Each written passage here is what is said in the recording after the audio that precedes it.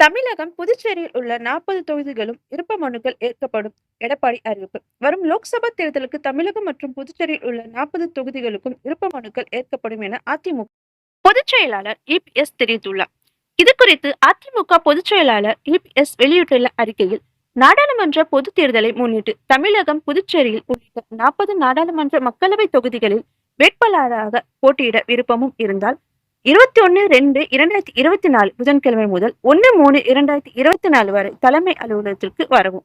விண்ணப்ப படிவங்களை தகுந்த கட்டணத்தை செலுத்தி வெள்ளிக்கிழமை வரை தினமும் காலை 10 மணி முதல் மாலை 5 மணி வரை பெற்றுக் கொள்ளலாம்.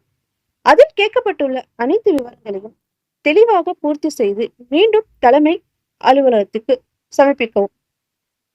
பொது தொகுதிக்கு ரூபாய் 20,000 தனி தொகுதிக்கு ரூபாய் 15,000 கட்டணமாக செலுத்தி விண்ணப்ப படிவங்களை பெற்றுக்கொள்ளலாம் என்றார் இபிஎஸ்.